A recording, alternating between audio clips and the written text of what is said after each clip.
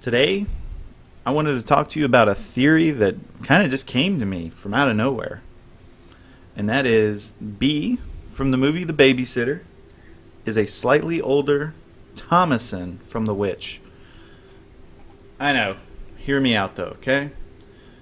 Remember I did a video a few weeks ago talking about The Witch. At the end of the movie, we have Thomasin, whose family is just, they're all dead, basically been destroyed, missing, they're all gone, right?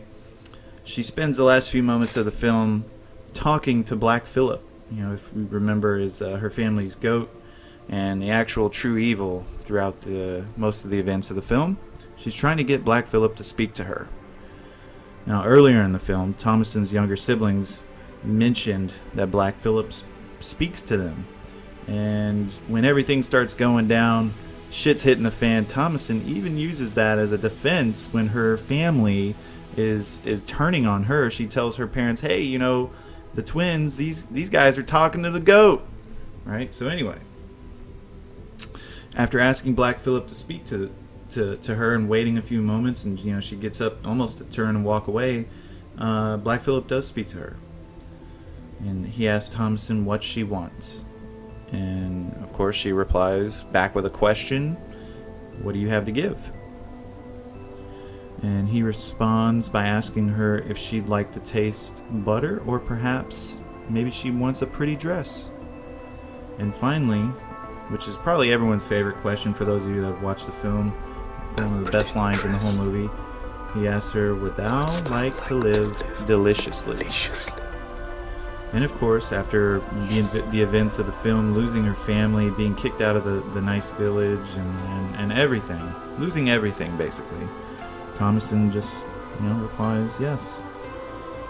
Black Phillip continues by asking her if she would like to see the world, and Thomasin gets right to it and asks what Black Phillip needs from her, and he produces a book. Keep that in mind for a little bit later.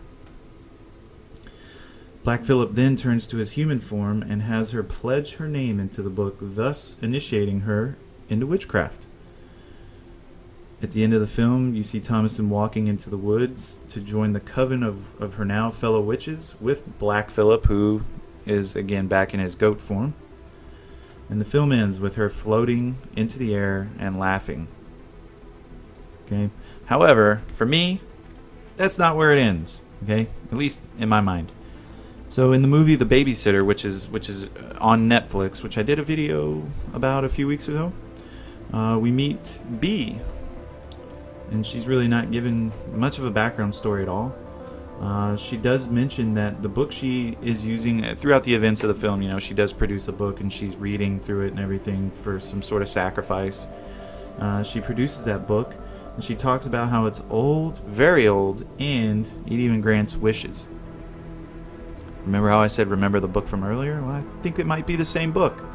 She even says that she was once weak and scared, and now she is strong and confident. We see during the events of The Witch that Thomasin is shown at times to be very weak and very scared.